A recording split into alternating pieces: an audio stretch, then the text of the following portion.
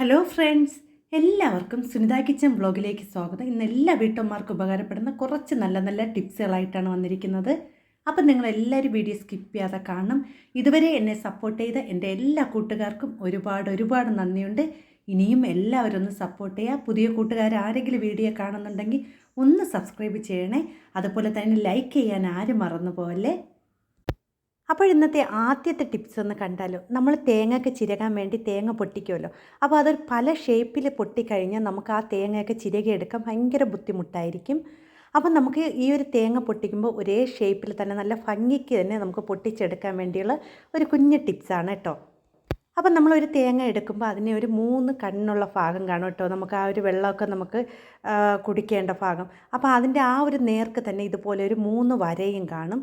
അപ്പോൾ ആ ഒരു വരയുള്ള ഭാഗം മാത്രം നമ്മൾ ഇതുപോലെ ആ ഒരു വരയിൽ മാത്രം നമ്മൾ തേങ്ങ പൊട്ടിച്ച് കൊടുക്കുക.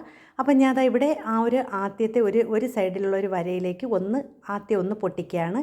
അതിനുശേഷം അതിൻ്റെ നേർക്ക് തന്നെ നമുക്ക് അടുത്ത വരയിലും അതേപോലെ ഒന്ന് പൊട്ടിച്ച് കൊടുക്കുക കേട്ടോ. അപ്പം നമ്മളത് നീങ്ങിപ്പോവുകയാണെങ്കിൽ നമുക്ക് അത് കോണ് തിരിഞ്ഞായിരിക്കും നമുക്ക് ചിലപ്പോൾ പൊട്ടി വരുന്നത്. അപ്പോൾ അതിന് നേർക്ക് തന്നെ നമുക്ക് അതിനെ ഒന്ന് പൊട്ടിച്ച് കൊടുക്കണം. അപ്പം ഞാൻ ആ 3 വരയ്ക്കും നേർക്ക് തന്നെ അതിനെ ഒന്ന് പൊട്ടിച്ച് കൊടുത്തിട്ടുണ്ട്. ഇനി നമ്മൾ പതുക്കെ ഒന്ന് ഇതുപോലെ തട്ടി കൊടുക്കുകയാണെങ്കിൽ നമുക്ക് പെട്ടെന്ന് തന്നെ ആ തേങ്ങയൊക്കെ നല്ല ഷേപ്പിൽ നല്ല ഭംഗിക്ക് തന്നെ ഉടച്ചെടുക്കാൻ പറ്റും. അപ്പോൾ ഈ ഒരു കുഞ്ഞ് ടിപ്സ് നിങ്ങൾക്ക് ഇഷ്ടപ്പെട്ടാൽ ഒന്ന് ലൈക്ക് ചെയ്യണേ. അപ്പോൾ ഇത് എല്ലാ വീട്ടമ്മമാർക്കും ഉപകാരപ്പെടുന്ന നല്ലൊരു ടിപ്സാണ് കേട്ടോ. അപ്പോൾ ഇനി അടുത്ത ടിപ്സ് ഒന്ന് കണ്ടാലോ. നമ്മൾ തേങ്ങയൊക്കെ പൊട്ടിച്ചിട്ട് 2-3 ദിവസമൊക്കെ നമ്മൾ ഫ്രിഡ്ജിലായാലും പുറത്തായാലും ഒക്കെ സൂക്ഷിക്കുമ്പോൾ ആ തേങ്ങയുടെ അകത്തൊക്കെ നിറയെ വഴുവഴുപ്പ് വരാറുണ്ട്. ആ തേങ്ങ ഇല്ലാതായതുപോലെ ഇങ്ങനെ ചെറിയ വഴുവഴുപ്പ് വരാറുണ്ട്. അങ്ങനെ വരാതിരിക്കാൻ വേണ്ടി നമുക്ക് പെട്ടെന്ന് ചെയ്യാൻ പറ്റിയൊരു ടിപ്സ് എന്ന് വെച്ചാൽ ആ ഒരു തേങ്ങയിലേക്ക് കുറച്ച് ഉപ്പ് പൊടി ഇട്ട് കൊടുക്കുക. അതിനുശേഷം എല്ലാ ഭാഗത്തൊന്നും ഇതുപോലെ ഒന്ന് തേച്ച് പിടിപ്പിച്ച് കൊടുക്കുക. ഇനി നമ്മളിതിനെ ഫ്രിഡ്ജിൽ സൂക്ഷിക്കുകയാണെങ്കിൽ എത്ര ദിവസമായാലും ആ ഒരു തേങ്ങ കേടാവാതെ തന്നെ നമുക്ക് സൂക്ഷിക്കാൻ പറ്റും കേട്ടോ. ഇതും നല്ലൊരു ടിപ്സാണ്. അപ്പോൾ ഇനി അടുത്ത ടിപ്സ് ഒന്ന് കണ്ടാലോ. നമ്മൾ ചക്കയൊക്കെ വറുക്കുമ്പോൾ ഒട്ടും തന്നെ എണ്ണ കുടിക്കാതെ നമുക്ക് നല്ല ക്രിസ്പി ആയിട്ട് നമുക്ക് ചക്ക വറുത്തെടുക്കുന്ന കുറച്ച് ടിപ്സുകളാണ് കേട്ടോ. അപ്പോൾ നമ്മൾ ആദ്യം ചക്ക വറുക്കാൻ ഉപയോഗിക്കുന്ന ചക്ക അധികം വിളയാത്ത ചക്ക തന്നെ എടുക്കണം. അതിനുശേഷം അത് നല്ലതുപോലെ നൈസായിട്ട് കട്ട് ചെയ്യണം കേട്ടോ. കട്ടിക്ക് നമ്മൾ ചക്ക കൂടുതൽ അരിയാതിരിക്കുക, കട്ടി കുറച്ച് തന്നെ ചക്ക അരിഞ്ഞെടുക്കുക. അതിനുശേഷം നമുക്ക് ഇതിനെ കുറച്ച് മഞ്ഞൾപ്പൊടിയും ഉപ്പും ഒന്ന് നല്ലതുപോലെ തേച്ച് പിടിപ്പിച്ച ശേഷം 1-2 മണിക്കൂർ നമ്മൾ വെയിലത്ത് വെച്ച ശേഷം നമ്മൾ ചക്ക വറുത്തെടുക്കുകയാണെങ്കിൽ ചക്ക ഒട്ടും തന്നെ എണ്ണ കുടിക്കില്ല കേട്ടോ. അപ്പം നമ്മൾ ചക്ക വറുക്കാൻ ഉപയോഗിക്കുമ്പോൾ നമ്മൾ അധികം വിളയാത്ത ചക്ക തന്നെ എടുക്കണം കേട്ടോ. അധികം വിളഞ്ഞ ചക്കയാണെങ്കിൽ നല്ലതുപോലെ എണ്ണ കുടിക്കും. നമുക്ക് അധികം വിളയാത്ത ചക്കയാണ് എടുക്കണമെങ്കിൽ ഒട്ടും തന്നെ എണ്ണ കുടിക്കില്ല കേട്ടോ. നമ്മൾ അതിനുശേഷം നമ്മൾ വെയിലത്ത് കൂടെ വച്ചിട്ടാണ് നമ്മൾ ചക്ക എടുത്ത് വറുക്കുകയാണെങ്കിൽ നമുക്ക് ഒട്ടും എണ്ണ കുടിക്കില്ല കേട്ടോ. ഈ ഒരു ടിപ്സ് നിങ്ങളെല്ലാവരും ഒന്ന് ചെയ്ത് നോക്കുക കേട്ടോ. അങ്ങനെ ചെയ്യുകയാണെങ്കിൽ നല്ല ക്രിസ്പി ആയിട്ടുള്ള ചക്ക വറ്റൽ നമുക്ക് തയ്യാറാക്കി എടുക്കാൻ പറ്റും കേട്ടോ. അപ്പോൾ ഈ ഒരു ടിപ്സ് നിങ്ങളെല്ലാവരും ഒന്ന് ചെയ്ത് നോക്കണം കേട്ടോ. അപ്പോൾ ഇനി അടുത്ത ടിപ്സ് ഒന്ന് കണ്ടാലോ. നമ്മൾ ഏത് മീൻ കറി നമ്മൾ തയ്യാറാക്കി എടുക്കുമ്പോഴും മീൻ കറി നല്ല ടേസ്റ്റ് ആയിരിക്കാൻ വേണ്ടി നമുക്ക് ചെയ്യാൻ പറ്റിയൊരു ടിപ്സാണ്. നമ്മൾ മീൻ കറിയൊക്കെ തയ്യാറാക്കുമ്പോൾ അധികം വെള്ളം ചേർക്കാതെ നമ്മൾ മീൻ കറി തയ്യാറാക്കണം. നമ്മൾ മീൻ കറിക്കൊക്കെ വെള്ളം കൂടിപ്പോയി കഴിഞ്ഞാൽ മീൻ കറി ഒട്ടും തന്നെ ടേസ്റ്റ് കാണില്ല കേട്ടോ. അപ്പോൾ നമ്മൾ കുറച്ച് വെള്ളം നമ്മളൊന്ന് അരപ്പ് കലക്കി കുറച്ച് വെള്ളത്തിലാണ് നമ്മൾ മീൻ തയ്യാറാക്കുകയാണെങ്കിൽ നല്ല ടേസ്റ്റി ആയിട്ടുള്ള മീൻ കറി തയ്യാറാക്കാൻ പറ്റും. അപ്പോൾ നിങ്ങൾക്ക് ഏത് മീനായാലും കുഴപ്പമില്ല, നിങ്ങൾ തയ്യാറാക്കുമ്പോൾ ഇതുപോലെ ഒന്ന് ചെയ്ത് നോക്കാം കേട്ടോ. ഇനി അടുത്ത ടിപ്സാണ് നമ്മുടെ വീട്ടമ്മമാർക്ക് ഏറ്റവും ഉപകാരപ്രദമായ ഒരു ടിപ്സാണ് കേട്ടോ. നമ്മൾ ഫ്രിഡ്ജൊക്കെ കുറച്ച് നാൾ കഴിയുമ്പോൾ നമ്മൾ ഇതുപോലെ ഫ്രിഡ്ജിൻ്റെ ഫ്രണ്ടിലുള്ള ഡോറിൽ കൂടെ വെള്ളം ഒലിച്ച് വരാറുണ്ട്. അങ്ങനെ വരുമ്പോൾ ആ ഒരു ഫ്രണ്ടിലെ ഡോറിൻ്റെ ആ ഒരു സൈഡൊക്കെ നല്ലതുപോലെ ദ്രവിച്ച് പോകാറുണ്ട്. അപ്പോൾ ഇത് വരുന്നതിന് ഏറ്റവും വലിയ കാരണം എന്ന് പറയുന്നത് നമ്മളെ ഫ്രിഡ്ജിനകത്ത് ആ ഒരു വെള്ളം പോകുന്ന ആ ഒരു ട്യൂബിൽ അടവ് വരുമ്പോഴാണ് കേട്ടോ.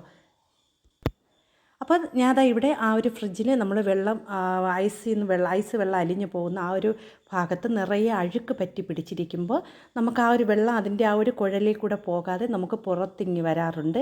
അപ്പോൾ അത് വരാതിരിക്കാൻ വേണ്ടി നമുക്ക് നല്ലതായിട്ട് പെട്ടെന്ന് ചെയ്യാൻ പറ്റിയൊരു ടിപ്സാണ് കേട്ടോ.